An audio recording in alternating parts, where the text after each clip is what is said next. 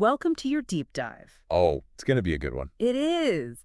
Today, we're diving into Dick Francis's Even Money. A classic. This book takes us right into the heart of horse racing. But not just the races themselves. No, we're going behind the scenes. Into the world of bookmaking. Exactly. High stakes, big risks. Our main man is Ned Talbot. Seasoned bookmaker he is. Operates right there at the racetrack. Different game than those betting shops. Totally different. Ned's setting the odds. Taking bets, managing risk, constantly thinking. Anticipating how the crowd's gonna bet. And adjusting those odds accordingly. Minimize those losses, you know? Absolutely. There's this great scene where Ned's explaining it all. Oh, yeah. To this mysterious character, just call me John. I love that name. It really highlights the difference between betting with a bookie like Ned right there at the track, And using the toad system. where your payout depends on the total pool of bets. Big difference. Huge. And remember, at the track, Different odds. different odds than those shops. Bookies at the track pay out at the price offered when you place the bet. Not the starting price. That starting price, it can fluctuate. Wildly. Especially in those last few minutes before a race. Talk about excitement. Speaking of excitement, Even Money takes us to Royal Ascot. The most prestigious event in horse racing. Oh, absolutely. High fashion, strict dress codes. That exclusive royal enclosure Ned's bookmaking pitch, it's strategically placed, near that elite area. attracting a certain clientele. Yeah. There's this funny bit where Ned wonders, could he even get into the royal enclosure? Being a bookmaker. Yeah. He compares it to how divorcees were historically excluded. Fascinating. But the book really captures that betting frenzy at Ascot. Crowds placing bets on all the day's races before the first horse even runs. And then that last-minute surge as they round the 5-furlong pole. The energy must be incredible. But amidst all the excitement, there's a darker side. The manipulation, shady dealings. The book really delves into the tactics people use to influence those starting prices. Like placing huge bets to artificially lower a horse's odds. Exactly. We see that with Brent Crude. This horse heavily backed. But still starting at surprisingly long odds. Red flag for Ned. He suspects foul play. And that's where Luca comes in. Ned's sharp employee. Luca, he lays off bets with other bookies Even bets online. to manage their risk. That smart guy. But he also reveals a rather unorthodox method Ooh. to gain an edge in those crucial last minutes. Tell me more. Well, instead of some high-tech hacking scheme, Right. Luca simply overloads the racetrack server Really. with a simple, repetitive task. So no one else can access it. Exactly. Ever. But, ethical. Well, that's debatable. It makes you wonder, though, if Luca can exploit these vulnerabilities, what about the integrity of the whole system? Especially with those historical rumors of ringers. Substituting a better horse for one expected to lose? The old switcheroo. The novel touches on this, hinting that it might not be a thing of the past. Interesting. It makes you question what's really happening behind those starting gates. Definitely. And then there's the whole microchip element. Every racehorse now has these tiny RFID tags embedded. For identification, of course. It's surprising how small they are. I always pictured something much larger. Ned was surprised too, and this brings us back to the ringer problem. Ah, I see. So DNA testing is used for parentage verification, Right. but those microchips allow for instant identification. Oh, they're on the spot. It's meant to add security, but it also creates a potential vulnerability. Especially with the introduction of the microcoder. This device that can actually write information onto those RFID tags. Whoa. Imagine the implications if it fell into the wrong hand. You could manipulate a horse's identity. Pass off ringers, all for illicit gains. As Luca explains, the microcoder interacts with the chip through a passive circuit. No physical connection needed. Pretty sophisticated stuff. With potential for misuse. Definitely. And that misuse is at the heart of the mystery that unfolds. Tell me more. We've got shady characters circling Ned, Like, Shifty Eyes, also known as Kipper, okay. and the mysterious Mr. John Smith. Intriguing. They're both tied to a man named Alan Grady, desperate to get their hands on that microcoder. So Ned's in danger. Oh, yeah. He's attacked, robbed, his house is broken into, Wow. and then there's the bombshell. His own father murdered his mother. That's heavy. It is. Yeah. The stakes get even higher when Ned confronts Mr. John Smith. What happens? Smith reveals he works for the Australian Racing Board. Really? His mission, recover the microcoder. Sounds like a conspiracy. Way bigger than Ned imagined. So what does Ned do? He realizes the microcoder is his only bargaining chip. His shield. Exactly. He refuses to hand it over. Uses it as leverage to ensure his safety. Talk about high stakes. That's just the beginning though, right? Oh, there's so much more to uncover in Even Money. Twists, turns, and a captivating look at this world behind the races. What stands out to you so far? Well, I have to say, the implications of the microchip technology are fascinating. It makes you think, if it's vulnerable in horse racing, what about other industries that rely on animal identification? Excellent point. Could it be used to mask illegal activities? Like smuggling endangered species. Or even counterfeiting high-value livestock? Even Money doesn't just entertain, it really makes you think critically about these technological advancements. But before we get too deep into those questions, we need to unpack the complexities of Ned's personal life. And his family's dark past. That's for next time.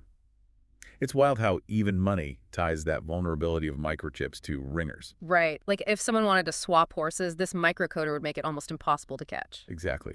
Makes you wonder, were those rumors about ringers more than whispers? Especially with the kind of people after this device. They're not exactly playing by the rules. No kidding. And then there's Mr. John Smith, claiming to work for the Australian Racing Board, but so secretive, like a spy. He did drop a bombshell. He did, revealing my father, Alan Grady, was on their radar for years. Running an illegal bookmaking operation in Melbourne, it's mind-blowing. My father, this whole other life. Connected to the Australian racing underworld. Exactly. And Mr. John Smith said Dad wasn't small-time either. Reputation for shady dealings, even served time for menacing people who owed him gambling debts. Yet, built a new life under a false identity. It's crazy, right? Mr. John Smith said it wasn't even a fake name. Alan Grady. His real identity. Official documents and all.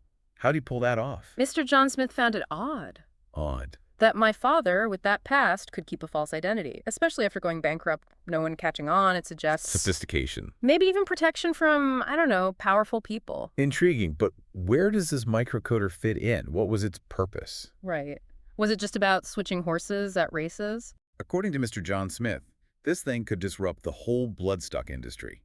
Imagine passing off a foal, a yearling, as another, essentially counterfeiting their pedigree. Wouldn't DNA testing catch that? Eventually. Maybe. But DNA tests take time. Often, it's only done when a horse is being bred. This microcoder, someone could manipulate the RFID tag, instant fake identity. It'd pass any scan right there. Undetectable, short-term. Opens up a world of fraud. So the stakes are incredibly high. No wonder Mr. John Smith was so desperate to recover it. He emphasized that, didn't he? Implications reach far beyond Australia. Horses travel internationally to race. Exploit this globally. Huge consequences. Economic impact, lawsuits, damage to the sport's reputation. And Mr. John Smith believes my father stole the microcoder, maybe to sell to the highest bidder. It's terrifying to think that technology in the wrong hands. Organized crime, someone wanting to destabilize the whole industry. Disturbing, for sure. Yeah. But is that the whole story? Something more to this conspiracy? Right. There's this feeling like we're just seeing the tip of the iceberg. Even Money hints at a bigger power struggle. The microcoder's just a pawn. Puzzle pieces missing. We see glimpses of this hidden world, but something else is going on underneath. And through all this, Ned's dealing with Sophie's recovery. Right. His wife. The mental breakdown. It adds so much tension. Sophie's fragile, these intense emotions, paranoia, Ned trying to protect her while dealing with his own problems and these threats. It's a lot to handle. The book portrays that strain so well. There's this scene Sophie's parents visit. Her father, predictably, blames Ned for her illness because of his job as a bookmaker. Highlights the stigma, doesn't it? Mental illness, gambling, societal judgment on top of personal struggle. Tough. It shows even in a loving relationship, those pressures can create real problems. And while all this is happening, Ned's searching for answers about his own past. Visiting his grandmother. Hoping to learn the truth about his mother's death, his father disappearing. It's heartbreaking. Coming to terms with her dementia. And those secrets she's carried. The book really digs into aging, memory, those family burdens, and then Ned finds this newspaper article detailing his mother's murder. The truth hits him. His father killed her. And her unborn child, my sister. Devastating. Shatters any illusions about his father. He has to face it, the darkness of his family. But it also sparks something new. a determination to find his sisters, the half-siblings he never knew. A way to honor his mother. To find some good in all this tragedy, he takes his anger, his grief, and channels it into the search for family. Powerful. But the danger's still there. Ned has this terrifying encounter with Kipper, breaks into his house demanding the missing money, the past catching up. Even with everything else going on, he has to fight back. And he does. Confronts Mr. John Smith, uses what he knows about the microcoder, demands answers, protection for Sophie and himself, help finding his sisters. Risky, but what choice did he have? Bold move. Could have backfired. But Ned had to take control before it was too late, and Mr. John Smith agrees. He does. Admits the Australian Racing Board knows about the microcoder. They want to keep it out of the wrong hands, just like Ned. So a common enemy unites them. Exactly. But the story doesn't end there. Even money leaves us hanging.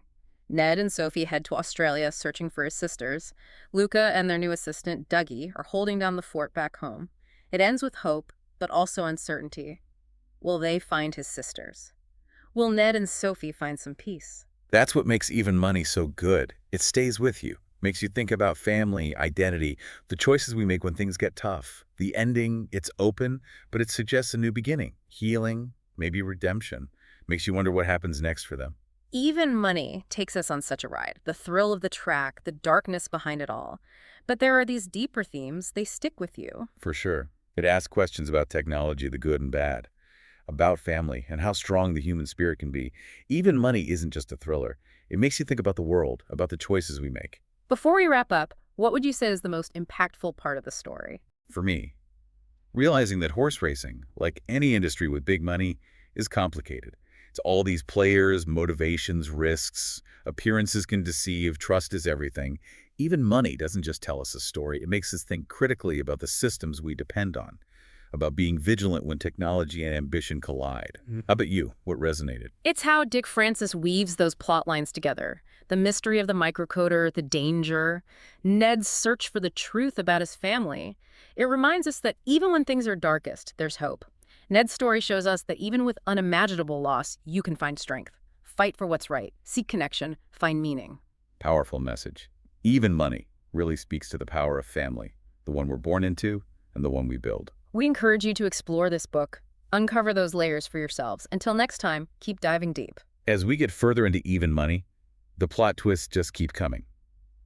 Remember, shifty eyes, He Kip pops up again, yeah. demanding that rucksack back, Alan Grady's, the one with all that cash. It's interesting, isn't it? Kipper doesn't care about the microcoder at all, just the money. Maybe he's working on his own then, separate from Mr. John Smith and the Australian Racing Board.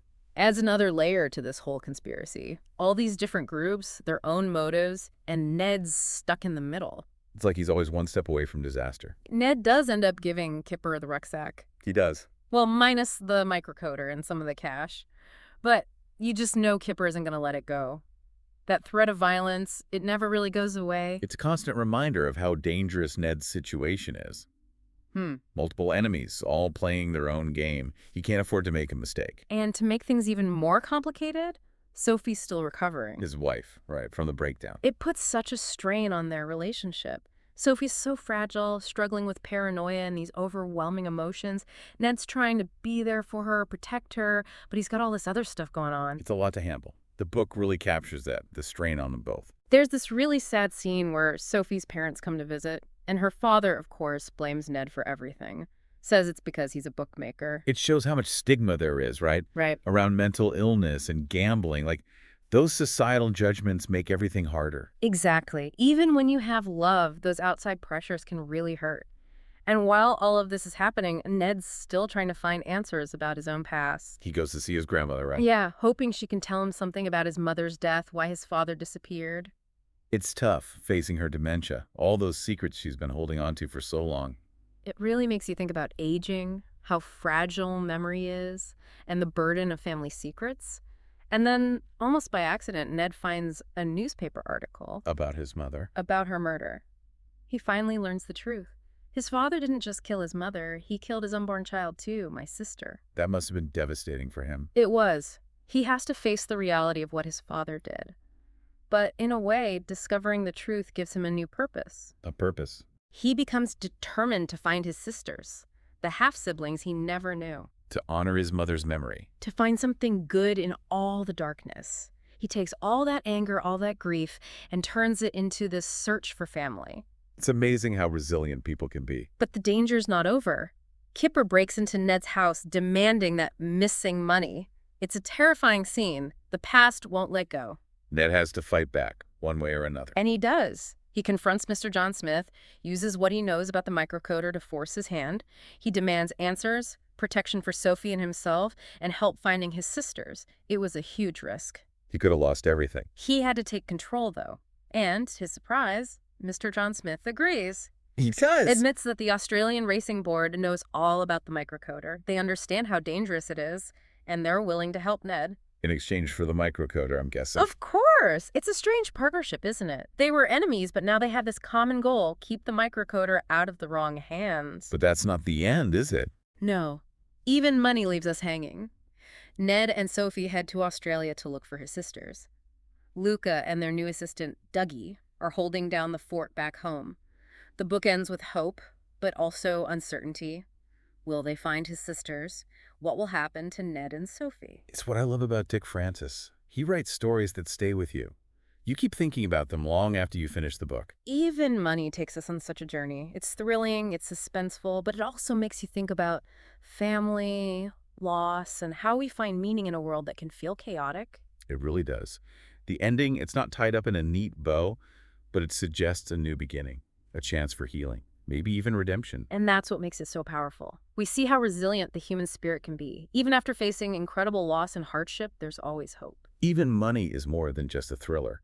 It's a story about family, about the choices we make, and about the strength we find when we face our fears. We hope you've enjoyed this deep dive into Even Money. It's a story that will stay with you. And if you haven't read it yet, we highly recommend you check it out. Until next time, keep diving deep.